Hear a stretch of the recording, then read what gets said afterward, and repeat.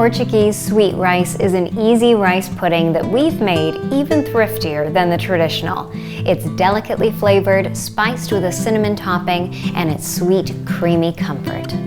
Hi again, I'm Catherine, and today is Portugal Day. So we're celebrating with a bonus video for you, and I have another one of my avos aprons on.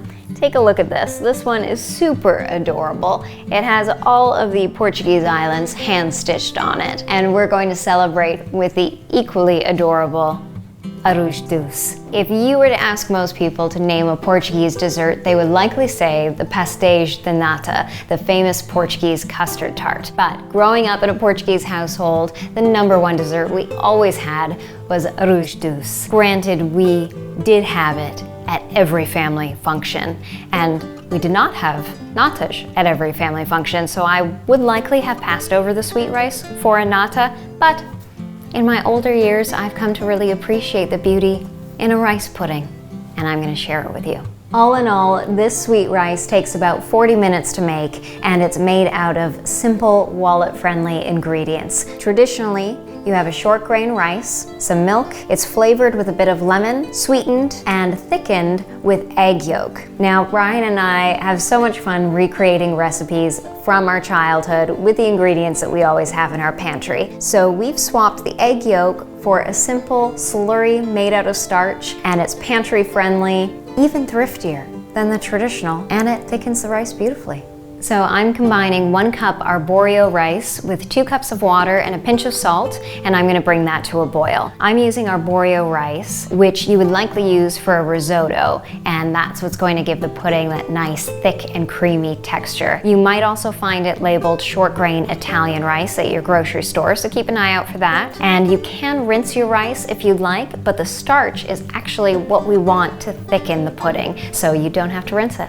And once this comes to a boil, lower the heat, give it a stir, and simmer with the lid on for 10 minutes. After 10 minutes, most of the water has been absorbed, so we're gonna add in 1 tablespoon of vegan butter. I find that in the absence of the fat from the egg yolks, the butter helps give the pudding a bit of a richer flavor. So just stir that in, then slowly add in 2 cups of soy milk. And I'm going to add in just half a teaspoon of lemon zest. And the lemon zest that I have was frozen. I love freezing citrus zest for recipes like this when you only need half a teaspoon of something. If you buy a full lemon, then you can slice the peel off into long slices, add that into your rice, and then just fish out those long slices of peel at the end of the cooking time. If you want a stronger lemon flavor, then just add a bit more. I don't remember the Arroz Doce that my grandmother's made having a very strong lemon flavor, so I just use half a teaspoon. And now I'm raising the heat just a little bit to bring the milk back to the point just before it boils, and then I'm going to lower the heat again, put the lid on, and simmer for another 5 minutes. Now I'm going to add in 1/3 cup of cane sugar, and traditionally white sugar would have been used. If you prefer to use an unrefined sugar, you could try maple syrup. It'll just give the rice a little bit of a different flavor. And at this point, I'm also going to add just half a teaspoon of vanilla extract. Oh, that was about half a teaspoon. And the vanilla helps to bring out all the other flavors and really make a warm, comforting pudding.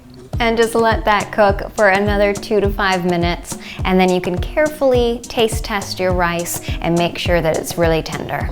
And now that your rice is cooked, we're going to turn off the heat. I like to remove it entirely from the heat and allow the rice to cool down just a little bit while we make the slurry out of the starch. I've combined 2 tablespoons of arrowroot starch. You can use cornstarch if that's what you have. Arrowroot is just a gluten-free starch. I'm going to add a pinch of turmeric, which helps give it a little bit of a yellow color, which we lose from not having the eggs, and 2 tablespoons of soy milk, and we're going to whisk that up until it's nice and smooth and combined. Once you see that your rice has cooled, the steam has lessened a little bit, then we're going to pour in the slurry, and pour it slowly with one hand while you stir with the other hand. It's important to get the starch mixed in as quickly as possible, otherwise it can clump up and cause little gelatinous globs in your rice.